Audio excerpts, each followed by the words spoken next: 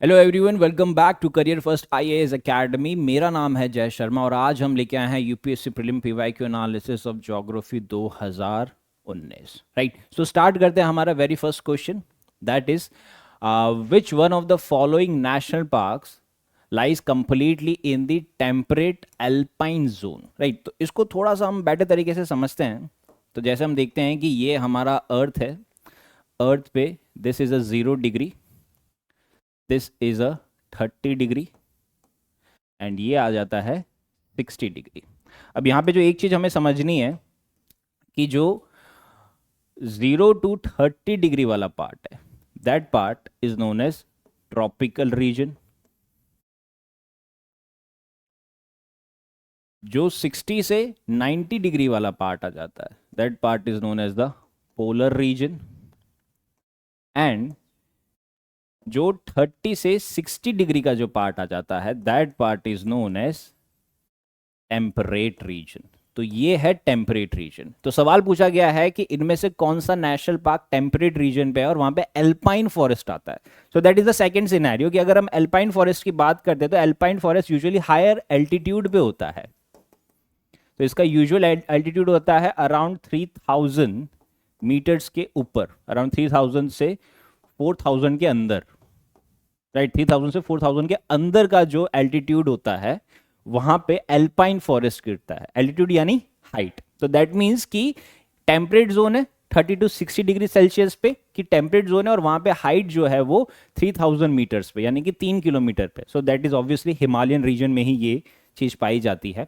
तो उसके अकॉर्डिंगली अगर इसका आंसर देखते हैं, दैट वापस क्वेश्चन देखते हैं कि इनमें से कौन सा national park temperate alpine zone में पाया जाता है। So it is not Manas, not Namdappa, not Neora, but a Valley of Flowers national park. अब इसका थोड़ा सा हम फिगर देख लेते हैं जस्ट फॉर अ क्लैरिटी कि ये अराउंड 60 to 110 मीटर्स पे पाया जाता है। That is a Manas national park. अगर हम नामढप्पा देखते हैं तो वो अराउंड 180 से 3000 मीटर्स पे पाया जाता है। वेरेस नियॉन वैली पार्क देख लेते हैं, तो ये अराउंड 200 से 4500 मीटर्स पे पाया जाता है। राइट, तो ये जो है this is exactly alpine forest है यहाँ पे, और यहाँ पे टेम्परेट रीजन पे ये पाया जाता है। ओके, नेक्स्ट है on 21 June the sun is. अब हमें पता है कि 21 जून यानी क्या हो जाता है, that is the summer solstice, कि ये समर सॉलिस्टिस है। अब समर सॉलिस्टिस में क्या होता है कि जो ट्रॉपिक ऑफ कैंसर है, that is in the northern hemisphere, वहां पे सन की वर्टिकल लाइट आती है, यानी कि direct sunlight tropic of Cancer पे आती है। वेरेज अगर विंटर सॉलिस्टिस होगा तो वो ट्रॉपिक ऑफ कैप्रिकॉन पे आएगा। तो यहां पे सवाल पूछा गया है कि 21 जून को सन क्या रहता है, क्या वो sun does not set below the horizon of Arctic circle. Arctic circle यानी कि जो नॉर्दर्न हेमिस्फीयर में। अब जैसे हमें पता है कि जो होराइजन होता है, होराइजन क्या होता है कि लेट्स से ये अर्थ है और मैं यहां पे खड़ा हूं and this is the sun. तो sun is stationary and earth is revolving around the sun. तो जो हमें यहां से मेरे को जो व्यू दिखेगा वो यहां दिखेगा और मैं ऐसे सन को देखता हूं। तो दैट मीन्स कि ये जो पार्ट आ जाता है ना, this part is known as horizon. अगर बेसिकली देखा जाए होराइजन मतलब क्या है कि जब हम बीच पे जाते हैं, बीच पे हम सनसेट देखते हैं तो हमें सन सीधा दिखता है। तो सन वैसा है नहीं, बट वो होराइजन की वजह से हमें वहां पे दिख रहा है। So that is the horizon. तो यहां पूछा गया है that sun does not set below the horizon at the Arctic circle. अब हमें ये पता है कि जो पोलार रीजन है, that is Arctic and Antarctic circle, वहां पे 6 महीने लाइट रहती है और 6 महीने अंधेरा रहता है। 6 महीने लाइट क्यों रहती है, क्योंकि जो सन है वो होराइजन से नीचे नहीं जा पाता। ओके, तो ये कब होता है, जब वहां पे समर सोल्स्टिस होगा, यानी कि नॉर्दर्न हेमिस्फीयर में ट्रॉपिक ऑफ कैंसर पे सन की वर्टिकल रेज आएगी, यानी कि डायरेक्ट सनलाइट वहां पे आएगा। So this option is correct. Whereas अगर हम बाकी का ऑप्शन देखते हैं, that it does not act below the horizon at Antarctic circle, यानी कि ये आ गया सदर्न हेमिस्फीयर। ये होता है ड्यूरिंग विंटर सॉलिस्टिस, कि ये विंटर सॉलिस्टिस में होता है। ये वाला समर सॉलिस्टिस में होता है, यानी कि ये दिसंबर में होगा। Whereas shines vertically overhead at the noon at the equator। Equator पे ये कब आता है, जब इक्विनॉक्स होता है, यानी कि मार्च एंड सितंबर पे आएगा। फिर फोर्थ है shines vertically overhead at the tropic of Capricorn है, ये भी आएगा ड्यूरिंग विंटर सॉलिस्टिस में आएगा. सो ये तीनों ही स्टेटमेंट इनकरेक्ट है and option A is the correct answer. Next है कंसिडर द फॉलोइंग पेयर्स, कि यहां पे कुछ फेमस प्लेसेस बताई गई है एंड वहां पे कौन से टाइप की रिवर फ्लो करती है. तो अगर हम देखते हैं पहला ऑप्शन देखते हैं, that is the Pandharpur. Pandharpur is in the Solapur Maharashtra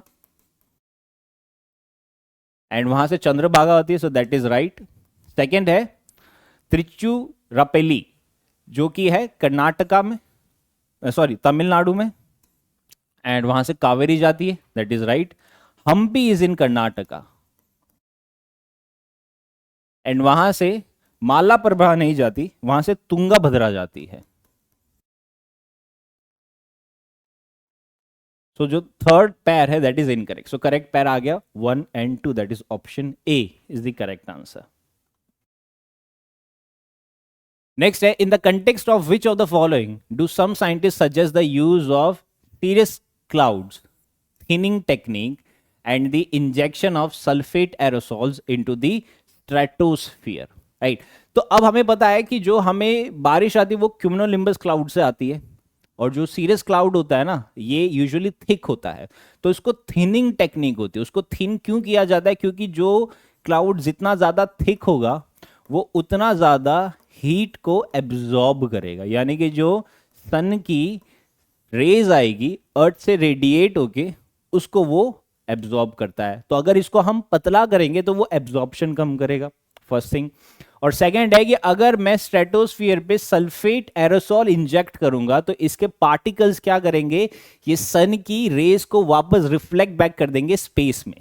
सो दो चीजें हो रही है. पहली चीज क्या हो रही है कि क्लाउड पतला किया जा रहा है ताकि वो हीट कम एब्जॉर्ब करेगा. दूसरी चीज है कि सल्फेट एरोसॉल स्प्रे किया जा रहा है ताकि सन की रेस वापस रिफ्लेक्ट बैक हो जाए स्पेस में. तो जब हीट कम एब्जॉर्ब हो रही है, सन की रेस कम आ रही है, तो यूजुअली क्या होगा कि जो हमारा अर्थ है वो गर्म कम होगा. So this will ultimately reduce the global warming, कि वो ग्लोबल वार्मिंग को कम करता है. सो उसके अकॉर्डिंग इसका करेक्ट आंसर आ जाता है option D. Next, which of the following are in the Agastyamalai Biosphere Reserve? Now, this is a very factual question. Agastyamalai Biosphere Reserve उस समय 2018-19 में बहुत ज़्यादा न्यूज़ पे था, इसलिए उसमें से ये सवाल पूछा गया है. तो इसका करेक्ट आंसर आ जाता है ऑप्शन ए, जहाँ पे बताया गया कि Neyyar, Peppara and Shendurney wild life sanctuaries है वहाँ पे, एंड कलाकड टाइगर रिजर्व है, right. Mundanthurai, these are the tiger reserve. तो ये दो चीज़ वहाँ पे रहती है. So it's a very factual based question, वापस नहीं पूछेगा यूपीएससी. नेक्स्ट है consider the following states Chhattisgarh, Madhya Pradesh, Maharashtra, Odisha with reference to the states mentioned above in terms of percentage of forest. अब 2018-19 में ना फॉरेस्ट रिपोर्ट आई थी जिसके अंदर बताया गया कि कौन से स्टेट में सबसे ज्यादा फॉरेस्ट पाया गया है, राइट. तो यहाँ पे सबसे ज्यादा फॉरेस्ट पाया गया था, दैट इज इन दी महाराष्ट्र, फिर आ जाता है मध्य प्रदेश, फिर आ जाता है ओडिशा एंड देन आ जाता है छत्तीसगढ़. तो इसका हम कह सकते हैं 3, 2, 4, 1, 3, 2, 4, 1, यानी कि option C is the correct answer.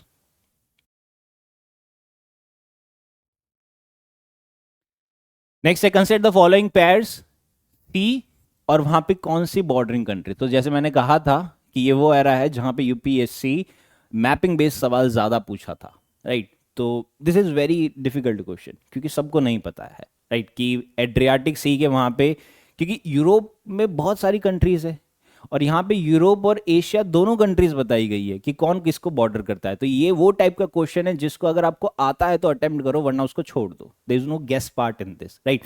तो जैसे अगर हम देखते हैं कि एड्रियाटिक सी पे कौन कौन सी कंट्री करती है, दैट इज अल्बानिया करती है, इसके अलावा बोस्निया, क्रोएशिया और ऐसे करके 8-10 कंट्रीज उसको बॉर्डर करती है. ओके, देन ब्लैक सी में आ जाता है, ब्लैक सी में क्रोएशिया नहीं है, ब्लैक सी में आ जाता है यूक्रेन है, रशिया है, जॉर्जिया है, टर्की है. थर्ड जो कैस्पियन सी है उसके अंदर कजाकिस्तान आ जाता है, दैट इज राइट. इसके अलावा Russia, Azerbaijan, Iran, Turkmenistan.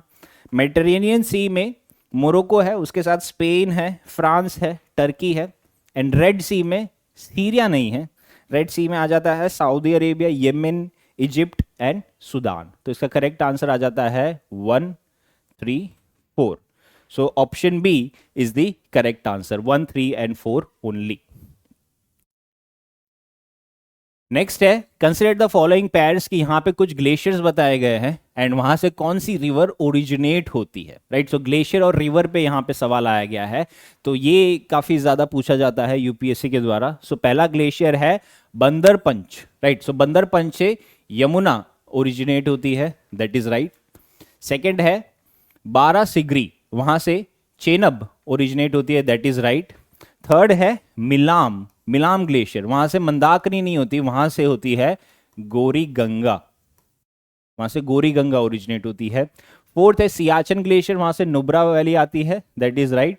And fifth है जेमू, वहां से मानस नहीं आती, वहां से टीस्टा रिवर आती है, right, a tributary of the Brahmaputra.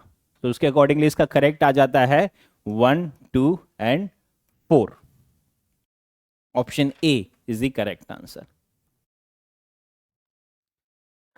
Next है why are dew drops not found on a cloudy night, right. तो जैसे हमने ज्योग्राफी में पढ़ा है कि ड्यू ड्रॉप्स होने के लिए क्या चीजों की रिक्वायरमेंट होती है। सबसे पहला क्लियर स्काई, कि वहां पे क्लाउड नहीं होना चाहिए, राइट। काम एयर होनी चाहिए, कोल्ड एंड लॉन्ग नाइट्स होनी चाहिए, यानी कि ये यूजुअली विंटर में होता है जब रातें बहुत ठंडी हो और वो रातें लंबी हो। बट अगर बोल रहे हैं कि यहां पे क्लियर स्काई नहीं है, यानी कि ये क्लाउड है, तो उससे ड्यू ड्रॉप्स क्यों नहीं बन पाता। तो यहां पे हमें एक चीज समझनी है कि जब एक सिनेरियो समझो कि एक साइड पे सन है, ठीक है, और यहां पे क्लाउड्स है और ये हमारा लैंड है। तो यूजुअली कैसा होता है कि जब सन की रेस अर्थ के सरफेस से टकराती है तो वापस वो रिफ्लेक्ट होती है। तो जब वो रिफ्लेक्ट होगी तो वो क्या करेगी, क्लाउड पे जाएगी, और क्लाउड क्या करेगा कि ये हीट को एब्जॉर्ब कर लेगा, ठीक है, ये वो हीट को एब्जॉर्ब कर लेगा।